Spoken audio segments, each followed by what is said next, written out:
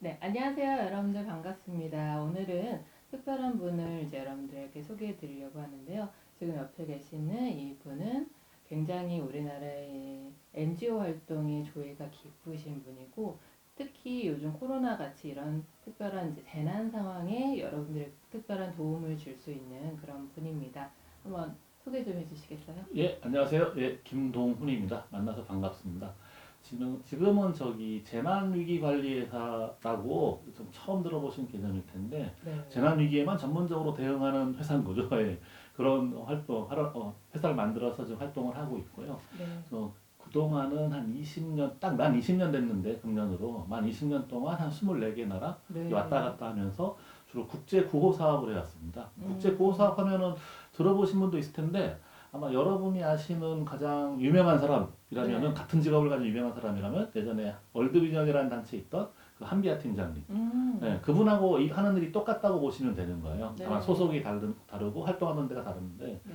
그러다가 이제 뭐 가장 최근 몇 년 사이에 이제 일본으로 좀 스카우트가 돼가지고 일본에서 거기서 가장 유명한 재난구호만 전문으로 하는 단체에서 일하고 있었고요. 지금은 한국에 돌아와서 이제 독립해서 네. 아예 사회적 기업을 만들어서 지금 재난 대응 프로그램을 좀 만들어서 이제 운영하고 있습니다. 네. 음. 재난 구호 프로그램인가요? 그러니까 재난이 발생하면은 네. 직접 가서 돕는 것도 하고요. 네. 그다음 평상시에는 이제 어떻게 하면 좋을지에 대해서 이렇게 전문가들 훈련도 시키고, 우리 음. 일반 시민분들도 필요한 훈련들을 보통 뭐 이렇게 소방 훈련에서 심폐소생술, 소화기 사용법 이런 거 많이 교육 받으시는데요. 음. 저희 같은 경우 선진국에서 쓰는 굉장히 다양하고 재밌는 프로그램들을 한국화 시켜가지고 여러분들한테 알려드리는 역할을 평상시에 하고 있습니다. 음. 요즘 이렇게 이제 재난 음. 국가적인 재난 상황이다 보니까 예, 예. 굉장히 관심들이 많겠어요. 예. 그래서 특이했던 게 작년에 강원도 산불 났을 때 네. 그때는 직접 현장에 들어가서 사람들 돕는 역할까지도 했었는데, 금년에 코로나19 같은 경우는 음. 재난 현장이라고 얘기할 수 있는 게 이제 다 재난 현장인 거잖아요. 예, 맞아요. 어디만 재난 네. 현장이 아니고 네. 돕는 사람, 도움을 받는 사람의 결계가 불분명해지는 좀 특이한 재난 형태를 음. 만나게 된 건데요. 음. 그러다 보니까 어디 뭐 현장 활동이라고 하긴 좀 그렇고, 다들 정부에서부터 민간 기업, 우리 개인 기관들까지 처음 겪는 일이다 네, 보니까, 정말 예, 혼란스럽죠. 저 같은 사람들한테 대체 어떻게 하면 좋은지, 음. 그래서 실제로 저 정부까지 불려가가지고 이런 음. 상황에서는 어떻게 대처하면 좋겠다. 그래서 음. 그때 제가 말씀드렸던 내용이 뭐 저만 얘기했던 내용은 아닌데, 심리적 방역. 이제 네. 좀 단어는 익숙해졌을 텐데, 근데 심리 방역, 심리 병역 뭐 이렇게 이 단어는 많았는데, 네. 그때 행안부에 가서 이제 심리적 방역 프로그램인 게 있고 이런 음. 것들 이제 한국에 도입을 해야 된다라고 네. 이렇게 주장을 했었고, 이제 여러분들이 또 같이 공감을 해주셔가지고 지금은 정부 내에서 되게 익숙한 단어가 됐던 거죠. 예. 음. 그리고 이제 뭐 예를 들어 사회복지 공동모금회 같은 데 가면은 음. 기부를 많이 하시잖아요. 네네. 이번에 국민들이 기부해준 금액이 2,800억 원이 넘었어요. 올해? 올해 코로나만. 네, 그러니까 많은 분들이 기부를 예, 예, 해주셨네요. 네. 아주 보수적인 집계인데, 네. 예, 그러니까 적십자사 사회복지 공동모금회 음. 전국재해구협회, 음. 국내 재난이 발생하면 보통 세 군데 많이 내시고요. 그다음 그렇죠. 뭐 월드비전, 어린이재단 이런 데도 있는데, 국내 재난 났을 때는 거기는 이제 기타, 액수가 많지 않고, 아까 말씀드린 세 군데 가장 많다 네, 보니까 네. 정부도 여기 집계하는데 2,800억 원, 역사상 최대거든요, 이게. 와, 국민들이 많은 엄청나게, 사람들이 예, 마음을 냈네요. 예. 근데 그렇게 되면 또 여러 가지 이슈들이 생기잖아요. 네. 과연 그 돈 정말 제대로 쓴 거냐, 제대로 쓴다는 거냐. 그리고 또 이렇게 맞아요. 하시는 분들 입장에서는 네. 이렇게 갑자기 많이 후원해 주시고 또 음. 도울 때도 너무 많으니까 네. 이게 혼란스럽지 않습니까? 네, 네. 그럼 어떻게 하면 될까? 이런 음. 고민스럽잖아요, 이분들도. 그러다 보니까 이제 또 저희 같은 사람들은 가서 어떻게 하면은 이거를 제대로 사용할 수 이런 있는지. 식으로, 그런 것들도 자문도 해드리고, 가장 최근에 했던 거는 이렇게 감염병 상황에서 네. 여러 가지 활동들을 하시는데, 자원봉사 활동 하시는데, 근데 네. 매뉴얼이 좀 있으면 좋지 않겠나 해가지고 그렇죠. 실제 만들었고요. 제가 유튜브에 만들었고, 이번 달에 지금 나오고 있어요. 그게 비매품인데 다 출력이 돼가지고 책으로 만들어져가지고 그래요? 전국의 자원봉사 센터에 전부 다 이게 비치가 되는 거죠. 그래서 음. 그 자원봉사 센터 근무하시는 분들은 이제 그거에 따라가지고 네. 앞으로 새로운 감염병이 온다 하더라도 어떻게 대응할 건지 이것들을 음. 준비하는, 아마 내년에는 거기에 맞춰가지고 훈련도 준비해가지고 음. 미리미리 준비시키는 거죠. 이 시대에 굉장히 예. 꼭 필요한 일인데요. 네. 아까 얘기를 듣다가 네. 심리적 방역이라는 예. 말이 굉장히 이제 와닿았어요. 그러니까 음. 신조어긴 한데 예. 우리가 이렇게 어떤 전염병을 방역한다. 예. 뭐 이런 얘기는 해봤는데 예. 우리의 이제 심리를 방역한다라는 말이 굉장히 독특해요. 예. 특히 요즘 코로나 블루라고 이제 이 코로나 상황에 의해서 굉장히 우울증을 겪는 굉장히 마음의 갈등이나 예. 이런 힘듦을 겪는 분들이 많은데 음. 그럴 때 이제 우리가 심리적 방역을 해야 된다 이런 표현을 쓰시더라고요. 예. 그렇습니다. 그런 것들을 조금 더 구체적으로 어떻게 표현할 수 있을까요? 이게 처음 그 개념이 우리나라에 알려진 거는 메르스 때 때문에 2015년 메르스 사태 때 그때부터. 예, 그때 있었는데요. 네. 일반인들한테는 거의 알려지지 않았고요. 음, 그때 기억나실지 모르겠는데 그때 삼성병원부터 해가지고 막이 병원 중심으로 그때는 막 퍼졌거든요. 지금처럼 맞아요. 지역사회 퍼지기보다 네, 병원 네, 중심 네, 퍼졌는데 근데 동선이 지금처럼 막 공개돼가지고 서로 대비할 수 있고 이런 게 아니고 숨기니까 사람들이 막 SNS에다가 지금 막 소문들 어디 어느 집에 갔다 왔다 이러면서 막 굉장히 어려워. 그랬던 것 같아요. 예, 예. 그래서 한번 갔다 왔다고 잘못 알려진 그거에 완전히 초토화됐죠. 초토화되는 네. 그런. 그래서 이제 그 당시에 그런 문제들 때문에 사람들이 사실 힘들잖아요, 서로. 그런 걸 막 퍼뜨리면서도 너무 힘드니까. 그렇죠. 그래서 그 당시 2017년에 다 끝나고 나서 질병관리본부가 국제회의를 했었어요. 심리적 방역에 관한 국제회의를 한국에서 했었어요. 예. 그래서 어떻게 대응하는 게 네. 보통 우리가 하는 거는 어쨌든 환자들을 검사하고 찾아내고 또 이렇게 이거 격리시키고 이런 식으로 하는 게 물리적 방역인 건데 네, 네, 네. 이거 말고 네. 심리적 부분도 있어가지고 음. 단순히 마음의 문제를 넘어서 심리적 방향은 사람들이 음. 물리적 방향에 자꾸 구멍을 낼 수 있을 정도로 네. 예, 굉장히 큰 사건으로 간직이 쉽다는 거죠. 굉장히 네거티브해지고 사람들이 예, 예, 예. 우울해지고 무기력해지고. 그래서 막 예를 들어 막 낙인 효과가 있어가지고 맞아요. 네가 걸린 것 같아 이러면은 이 의심을 받는 사람들은 자꾸 검사 받는 걸 두려워하는 거예요. 맞아요. 이상한 취급 받을까봐. 그럼 이거는 이 심리적 문제를 넘어가지고 실제 물리적 방역체에 구멍이 나는 거다 보니까 맞아요. 굉장히 진짜 중요한 문제가 된 네, 거죠. 네, 네. 그 다음부터는 이제 전문가들 사이에서는 그 부분에 대한 관심들이 생기고 뭔가 대책을 세워야 된다고 생각했는데 만들어진 대책은 실제 저기 국가 트라우마 센터라는 곳이 네. 국립중앙의료 안에 있고요. 또 우리가 지자체마다 정신건강보건복지센터라는 데가 있어가지고 기본적으로 제 나이 났을 때 심리적으로 힘든 거는 상담은 받아주세요. 무료입니다. 국가에서 책임지니까. 네네네. 근데 이제 하나 지금 우리 같은 일반인들이한테 좀 어려운 게 지금도 코로나19 상황에서 직접 만날 수는 없고 코로나 때문에 전화로는 다 상담을 받아주시는데 다 무료로 네. 이렇게 확진자든 확진자의 가족이든 자가격리자든 가족이든 심리적인 네. 문제들. 심지어는 전혀 관련이 없어도 그냥 내가 텔레비전에 뉴스 우울해졌습니다. 이런 코로나 소식 듣다 보니까 뉴스 많이 봐서 우울해져요. 어디로 전화하면 되나요? 네, 그 번호가 따로 있어요. 저 1339 말고 또 그거만 번호 있는데요. 심리죠. 네. 아니 뭐 보건소에 전화하셔도 다 알려드리는데 네네네. 그런데 이슈는 알려지지 않는 건 뭐냐면은 그렇게 해서 국가가 모든 국민을 책임질 수 있는 건 되게 이상적인 일이잖아요, 이게. 그럴 수 없죠. 예. 그다음에 사실 그런 시스템은 고위험군들을 찾아내는 데 좀 주안점이 있어요, 실은. 맞아요. 예. 멘탈이 있어가지고 되게 힘드셔가지고 이러한 똑같은 스트레스 받으라도 더 깊게 받으시는 분들이 있으니까 극단적인 선택 하시는 분도 있다 보니까 이런 분들을 빨리 조기에 찾아내서 빨리 어쨌든 그 의료진하고 연결시켜서 미연의 사태를 막는 그다음에 고위험군을 찾아내는 건데 사실 우리 대부분의 사람들은 그런 재난유면 스트레스는 받게 되는 거고 그럼 되게 힘들어 하시는데 많은 경우는 시간이 지나면서 자연스럽게 해결된다든지 나름대로의 방법들을 가지고 있는 거거든요. 그렇죠. 그러다 보니까 이제 그럼 우리가 전화 걸었을 때 어떻게 대답하시냐면요. 미담이나 여담인데 원래 그런 거예요. 그렇게 하실 거예요. 원래 그런데 근데 왜 그러냐? 실제 원래 그렇거든요. 시간이 지나면 해결돼요. 이런 원래 건가요? 매뉴얼도 그래요.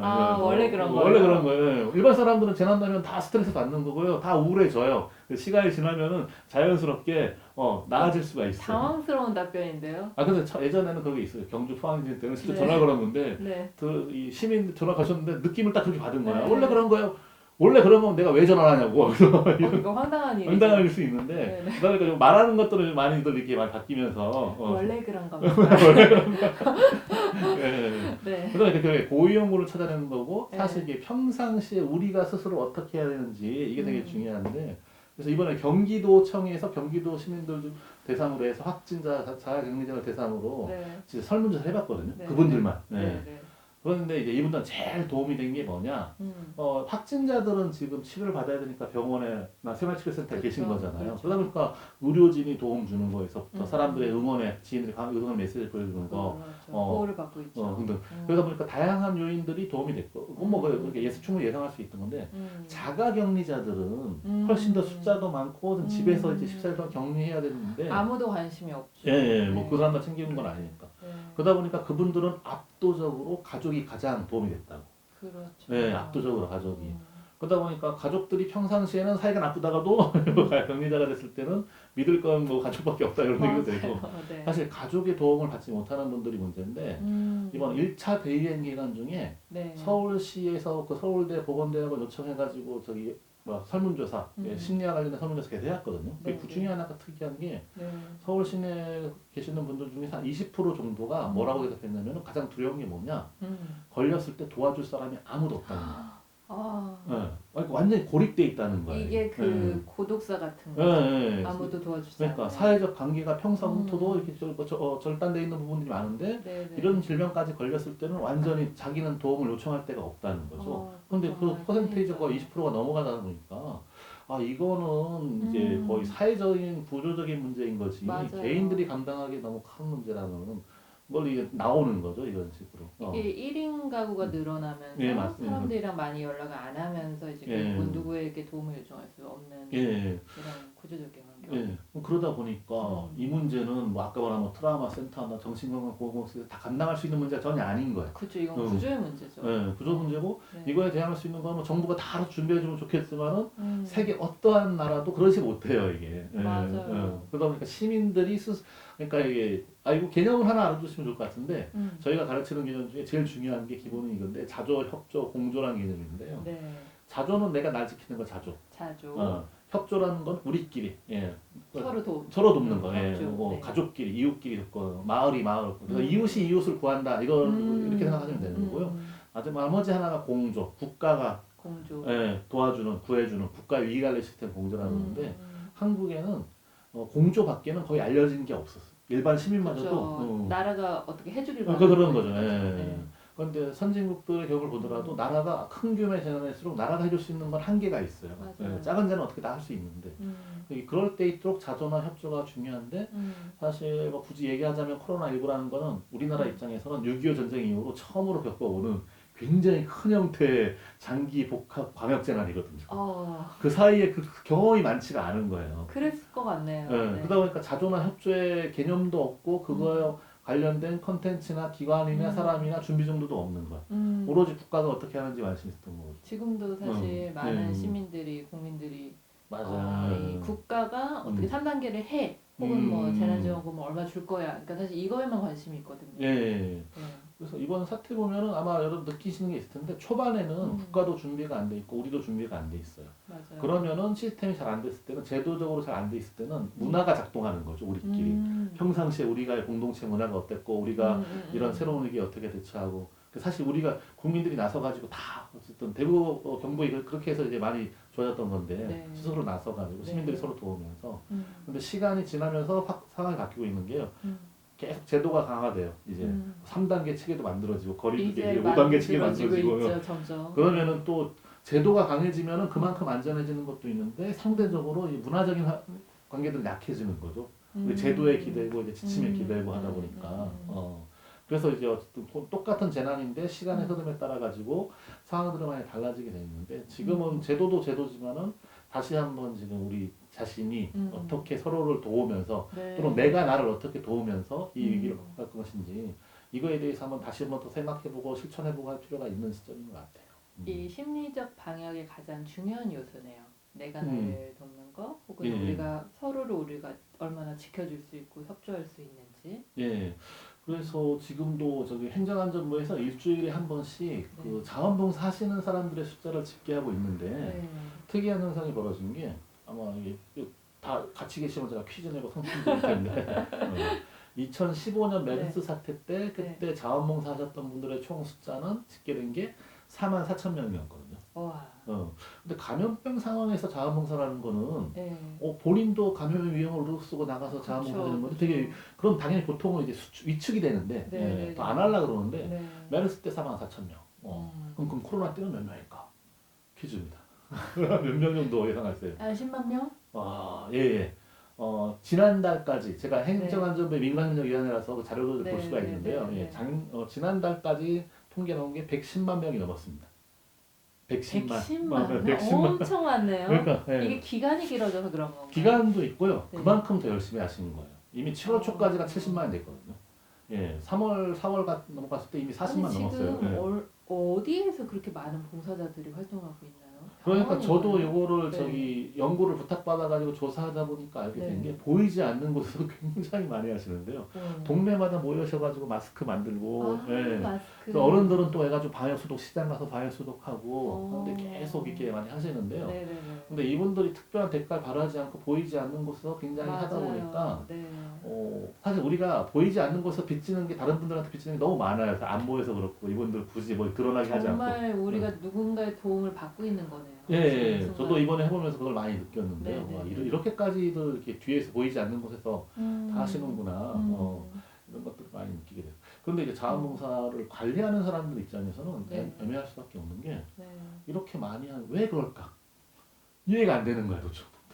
우리 한국 사람들이 정말 좋은 사람들이에요. 이해가 안 돼. 그래서 하나 짐작해 볼 수 있는 거는 음. 심리적 방역과 관련이 되어 있는 건데 네네. 보니까 왜 주로 그 아까 말씀드린 100만 명이 넘는 사람들은 주로 음. 어떤 분들이시냐 그러면 주로 5, 60대 분들이거든요.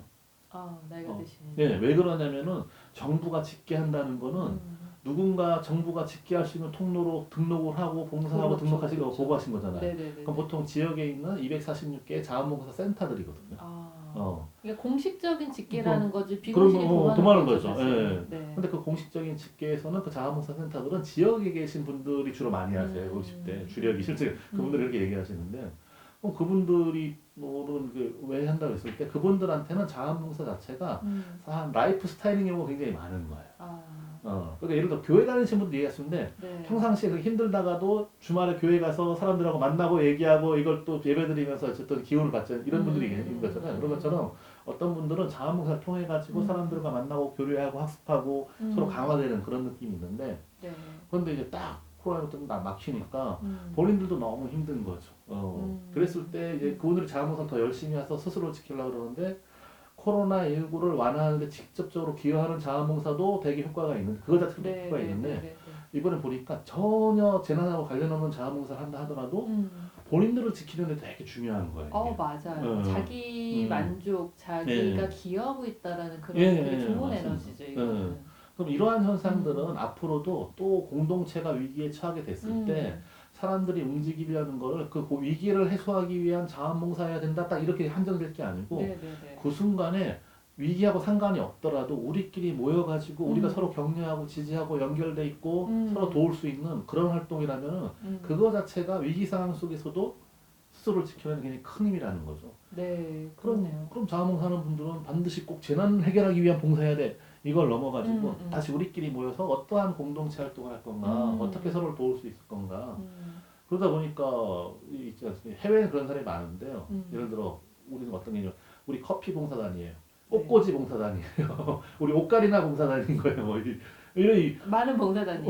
굉장히 특이한 걸 했는데 우린 재난 때 할 일이 없어요. 이렇게 얘기하시는 거예요. 그럼 여러분 생각해도 재난 때 무슨 꽃꽂이 하는 사람이 뭘 할 일 있겠어. 뭐 이렇게 생각하는데 아니 우리나라만 지금 재난 경험이 많지 않아서 그랬던 거고요. 해외 같은 경우는 재난은 일상이 깨진 거거든요. 그렇죠. 그럼 재난에서 돌아온 데는 일상으로 복구된다는 거고 네.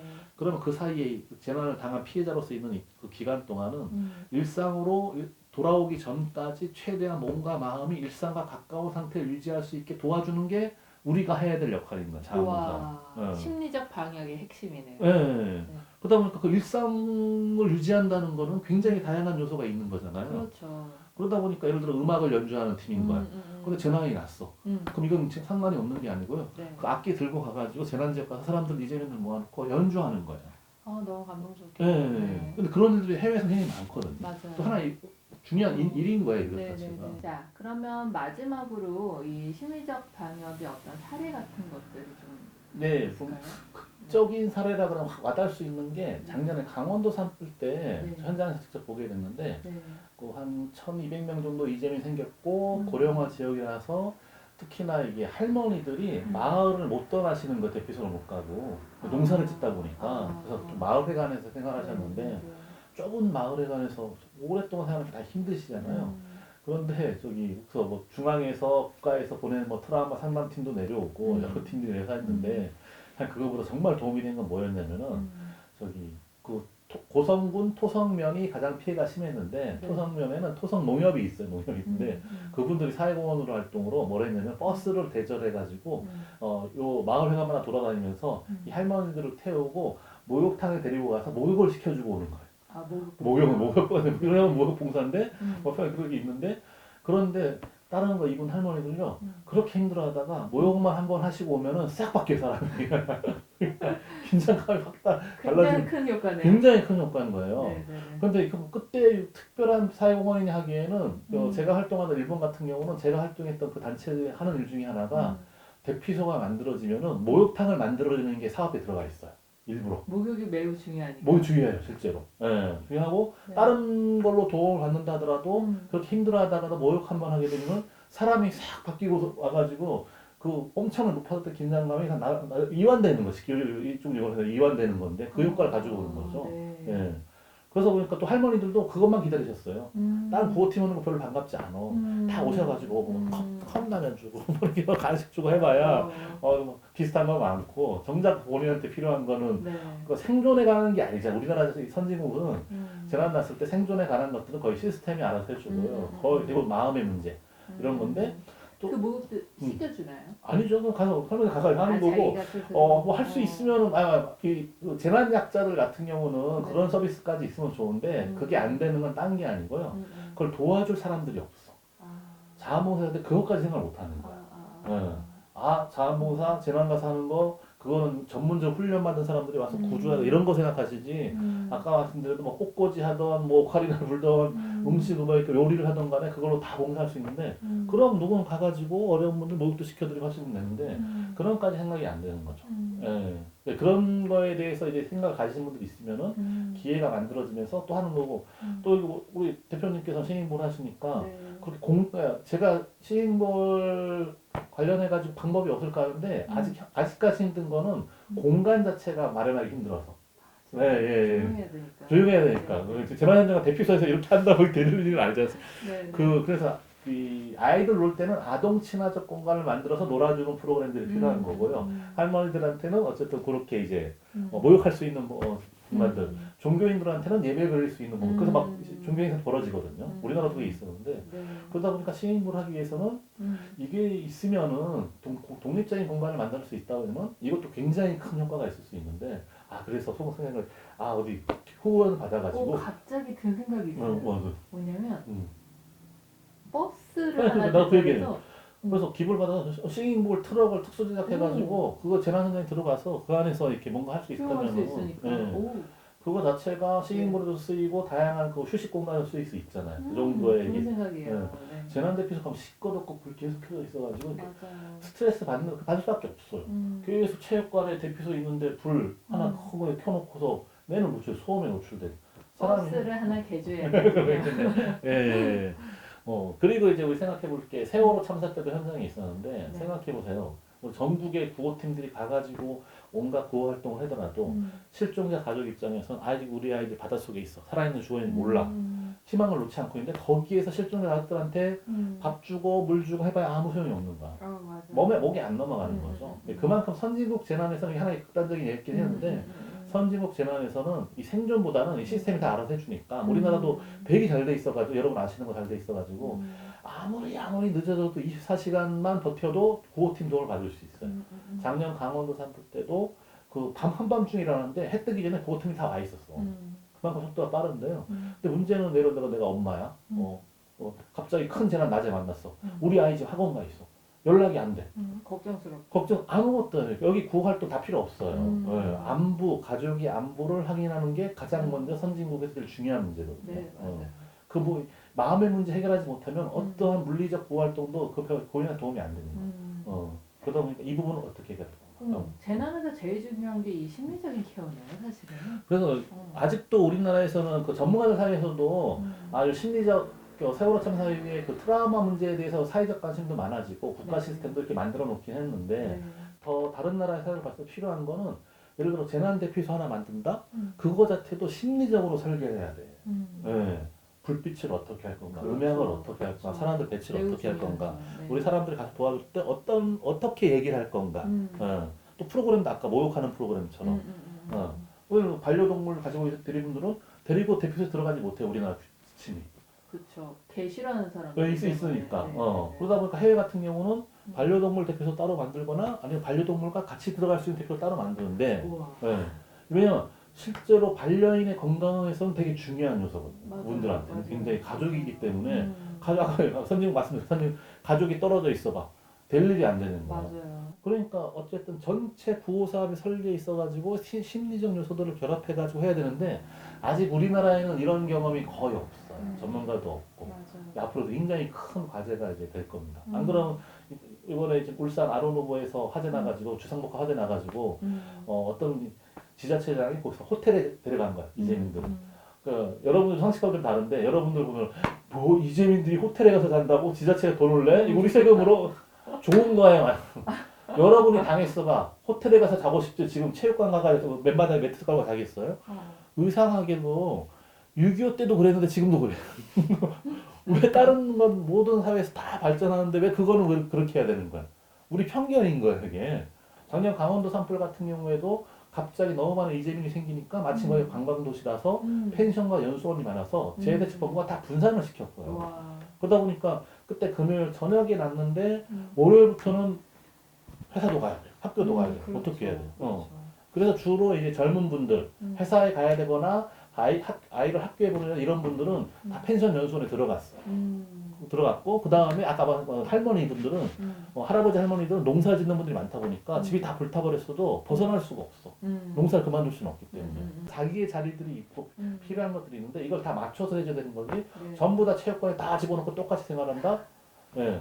이것도 저것도 아니 애매하신 경우에 그분들이 실제 체육관 들어가서 생활하셨는데 그러다 보니까 각자의 수요에 맞게 해줄 수 있는 게 아까 일상을 복구해야 되는 거라 가지고 일상과 그냥 가까이 있는 거라 가지고 그걸 어떻게 챙겨줄 건가.